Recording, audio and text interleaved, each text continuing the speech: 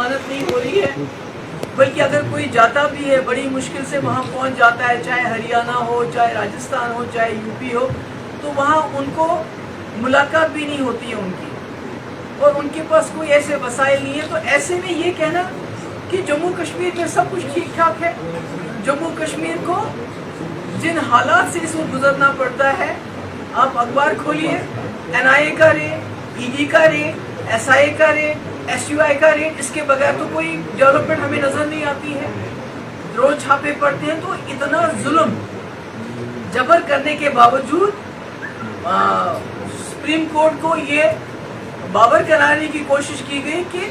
370 के बाद हमने यहाँ सब कुछ ठीक ठाक किया। और मुझे उम्मीद है कि जो हमारे जस्टिस चंद्रचूड़ साहब, चीफ जस्टिस चंद्रचूड़ साहब और उनके साथ जो 200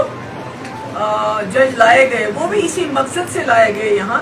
ताकि उनको ये दिखाया जाए कि जम्मू कश्मीर में जो कब्रिस्तान की खामोशी है, उनको ये बताया जाए यहाँ सब कुछ ठीक ठाक है। मगर मुझे उम्मीद है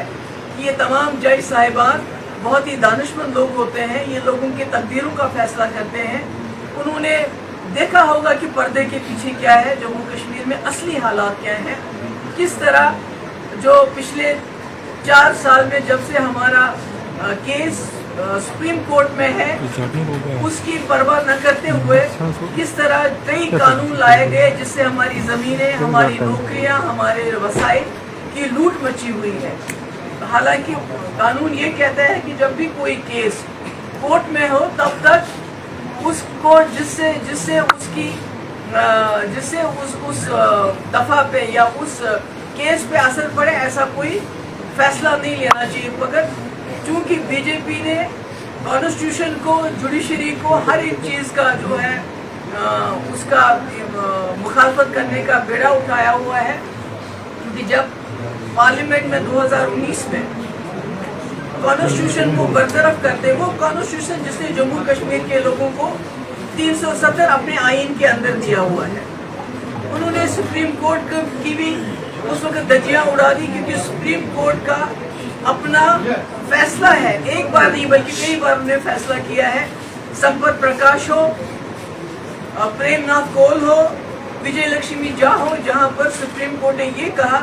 कि जम्मू कश्मीर में 370 हटाने का सिर्फ एक तरीका, एक वाहिद तरीका है कि जो जम्मू कश्मीर की कॉन्स्टिट्यूएंट असेंबली है वो रिकमेंड करनी चाहिए प्रेसिडेंट ऑफ इंडिया को कि इसको खत्म कर दीजिए। ना तो जम्मू कश्मीर की कॉन्स्टिट्यूएंट असेंबली है, तो किसने रिकमेंड किया, कैसे इन्होंने किया। तो मेरा कहने का मकसद है कि मुझे उम्मीद है कि ऑनरेबल सुप्रीम कोर्ट जब कि हालांकि कुछ खदशात भी हैं, किसी ने मुझसे सवाल पूछा कि पिछले 4 साल से केस की सुनवाई बिल्कुल नहीं हुई, जबकि बड़े ऐसे केसेस सुने गए जिनकी शायद इतनी इमरजेंसी नहीं थी। तो आज कश्मीर के दौरे के यकायक बाद केस की सुनवाई होना, और वो भी ये फैसला होना कि 2 अगस्त के बाद रोजमर्रा इनकी सुनवाई होगी, तो कहीं ना कहीं ये खदशात पैदा होते हैं कि कहीं जो बीजेपी जो जाल बिछाया है, उन्होंने पूरी दुनिया को पहले G20, उसके बाद जजेस को लाया गया जम्मू कश्मीर के कब्रिस्तान की खामोशी दिखाने के लिए, कहीं वो कुछ और तो नहीं, पर्दे के पीछे कुछ और तो नहीं हो रहा है। पर मुझे उम्मीद है जस्टिस चंद्रचूड़ पे, आई थिंक उनकी जो इंटेग्रिटी है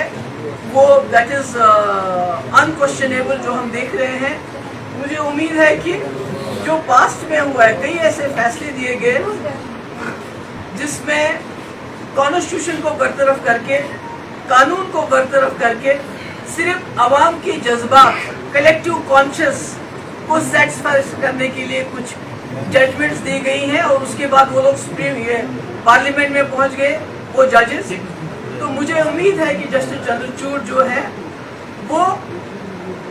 आवाम के जज्बात की अगर कदर करनी है, तो फिर जम्मू कश्मीर के लोगों के जज्बात की कदर करना पहला उनका फर्ज बनता है, क्योंकि 370 हमारी शनाख्त की,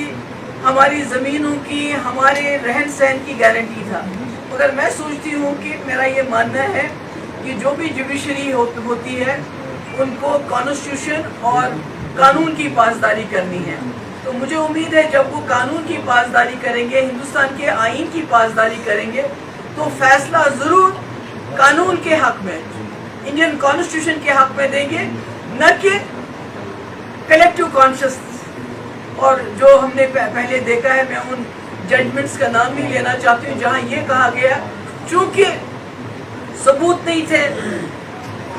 کوئی قانون نہیں تھا, مگر یہ کہا گیا چونکہ لوگوں کی کلیکٹو کانشسنس کو سیٹسفائی کرنا ہے اس لیے ہم یہ فیصلہ دیتے ہیں. مجھے امید ہے اس بار ایسا کچھ نہیں ہوگا, بلکہ جو فیصلہ ہوگا وہ ہندوستان کے, اور ہم جموں کشمیر کے لوگ کچھ نہیں چاہتے.